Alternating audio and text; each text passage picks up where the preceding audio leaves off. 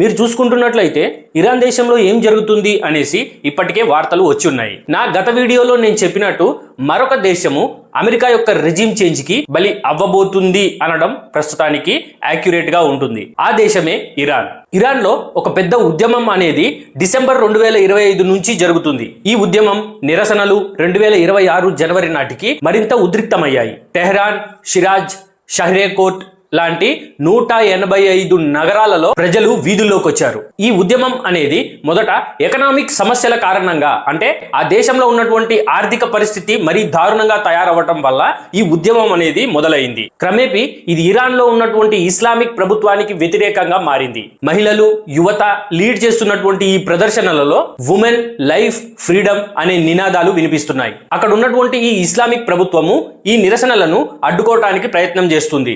ఈ నిరసనకారుల మీద security forces అనేది ఫైరింగ్ చేస్తున్నాయి. అంతేకాకుండా అక్కడ పూర్తిగా ఇంటర్నెట్ అనేది బ్లాక్ చేశారు. ఈ ఎలాన్ మస్క్ కు సంబంధించినటువంటి స్టార్లింక్ ఇంటర్నెట్ సేవలను కూడా ఇరాన్ ఇస్లామిక్ ప్రభుత్వము బ్లాక్ చేసింది. ఇప్పటి వరకు 500 మంది పౌరులు మరణించారు. 10,000 మంది పౌరులకు పైగా అరెస్ట్ అయ్యారు. అక్కడ ఉన్నటువంటి ఇస్లామిక్ ప్రభుత్వము దీన్ని ఫారిన్ సాబిటేజ్ గా వర్ణిస్తుంది. ఫారిన్ సాబిటేజ్ అంటే విదేశాల ఇన్వాల్వ్మెంట్ తో జరుగుతున్నటువంటి నిరసనలుగా అక్కడ ఉన్నటువంటి ప్రభుత్వం చెప్తుంది. కానీ నిజానికి అక్కడ ఉన్నటువంటి ఇరాన్ ప్రజలు ఈ ఆర్థిక మాంద్యము మరియు ఎకానమిక్ సమస్యల వల్ల ప్రజలు రోడ్ల మీదకి వచ్చి నిరసనలు చేస్తున్నారు. అంటే మీ అందరికీ బాగా తెలుసు, ఇరాన్ లో మహిళలపై హిజాబులు ధరించలేదని చెప్పేసి ఎలాంటి చర్యలు వాళ్ళు తీసుకుంటారో మనం ఇప్పటికే చాలా వార్తలలో గత సంవత్సరాలుగా వింటూనే వస్తున్నాము.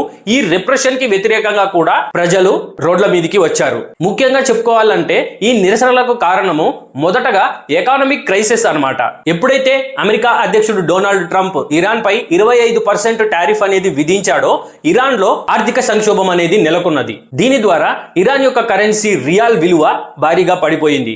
ఈ కారణము ఇరాన్ ప్రజలను రోడ్ల మీదకి వచ్చేలా ట్రిగర్ చేసింది. దీనికి తోడుగా అక్కడ ఉన్నటువంటి ఇస్లామిక్ ప్రభుత్వము మత కారణాల వల్ల ఎన్నో సంవత్సరాల కాలం నుంచి అక్కడ పౌరులపైన రిస్ట్రిక్షన్స్ విధించటము, మహిళల హక్కులకు భంగం కలిగించటము, ఇంటర్నెట్ లో ఎవరు ఎలాంటి పనులు చేస్తున్నారు అనేసి ఒక సర్విలియన్స్ విధించటము, అంటే స్వేచ్ఛ లేకుండా చేయటము, ఇలాంటి కారణాలు అన్ని కలిశాయి.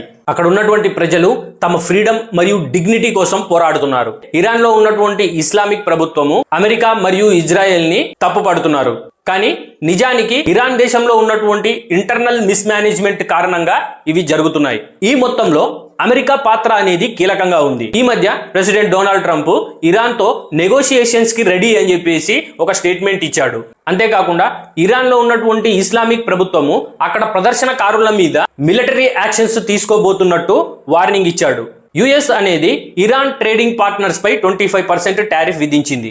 ఇది ఇరాన్ ఎకానమీని మరింత బలహీనం చేస్తుంది. డొనాల్డ్ ట్రంప్ గారు వెరీ స్ట్రాంగ్ యాక్షన్ అనేది తీసుకోబోతున్నట్టు చెప్పాడు. కానీ అమెరికా ఈ ఇరాన్ లో డైరెక్ట్ గా ఇన్వాల్వ్మెంట్ ఇంకా అవ్వలేదు. Iran parliament speaker US intervention పై వార్నింగ్ కూడా ఇచ్చింది. ఇది అక్కడ ఉన్నటువంటి రీజనల్ టెన్షన్స్ ని మరింత పెంచుతుంది.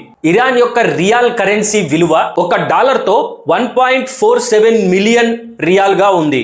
అంటే 14,70,000 రియాల్ ఈజ్ ఈక్వల్ టు $1. చరిత్రలో ఇరాన్ యొక్క కరెన్సీ రియాల్ విలువ ఇంత భారీగా పడిపోవడం ఇదే మొదటిసారి.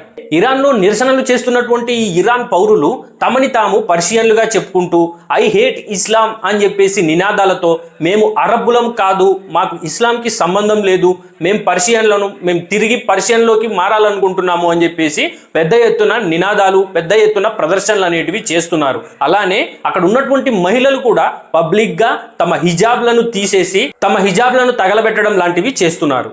ఇరాన్ లో జరుగుతున్నటువంటి ఈ సంక్షోభంపై కేవలం రష్యా మరియు చైనా తప్ప ఇతర ఏ దేశాలు పబ్లిక్ గా ఇరాన్ వైపుకు సపోర్టు చేయట్లేదు. ఎందుకంటే అంతర్జాతీయ రాజకీయాల పరంగా వారి వారి దేశాల యొక్క లక్ష్యాలు, వారి వారి దేశాల యొక్క ఎజెండాలు అనేవి డిఫరెంట్ గా ఉన్న కారణాల వల్ల ఎవరు పబ్లిక్ గా మద్దతు అయితే ఇవ్వట్లేరు. ప్రస్తుతం ఇరాన్ లో ఉన్నటువంటి ఈ ఇస్లాం ప్రభుత్వాన్ని తీసేసి అక్కడ ఇరాన్ మాజీ షా మొహమ్మద్ రెజా పహ్లావి ఆయన యొక్క కుమారుడు రెజా పహ్లావీని నాయకుడిగా నామినేట్ చేయాలని చెప్పేసి ఈయన పేరు బాగా వినిపిస్తుంది. అంటే సేమ్ బంగ్లాదేశ్ లో ఉన్నటువంటి మొహమ్మద్ యూనిస్ ఇంటరిం ప్రభుత్వం లాగానే ఇరాన్ లో రెజా పహ్లావి అనే వ్యక్తిని ఇంటరిం నాయకుడిగా ఎన్నుకోవాలని చెప్పేసి నామినేట్ చేస్తున్నట్టు వార్తలు వస్తున్నాయి. మొత్తానికి గత 2-3 సంవత్సరాల నుంచి మనం చూసుకుంటే పాకిస్తాన్, బంగ్లాదేశ్, నేపాల్, శ్రీలంక మరియు ఈ మధ్య కాలంలో వెనిజులాతో పాటు ఇప్పుడు ఇరాన్ కూడా ఈ అమెరికా యొక్క రెజిమ్ చేంజ్ ఆపరేషన్ కి బలైందా అనేసి చాలా మంది తమ అభిప్రాయాలను, తమ ప్రశ్నలను సోషల్ మాధ్యమాలలో వెల్లడిస్తున్నారు. ఈ అంశాల మీద నేను గత వీడియోలో ఏం చెప్పానో ఒకసారి ఈ చిన్న క్లిప్ చూడండి.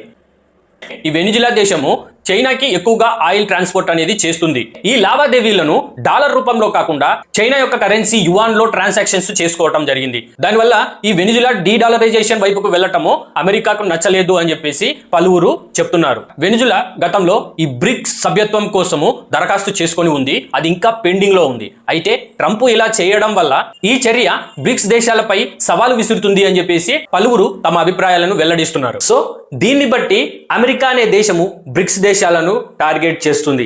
వెనిజులా అనేది ఈ మధ్యనే బ్రిక్స్ సభ్యత్వం కోసము దరఖాస్తు చేసుకొని ఉంది. అలాగే ఇరాన్ అనేది బ్రిక్స్ సభ్యత్వ దేశము. ఈ 2 దేశాలు కూడా డీడాలరైజేషన్ వైపుకు మొగ్గు చూపిన దేశాలు. అంటే మీ అందరికీ బాగా తెలుసు, ఇరాన్ లో ఎప్పటి నుంచో డాలర్ మాధ్యమాలలో ట్రేడ్ చేయటం అనేది ఆగిపోయాయి.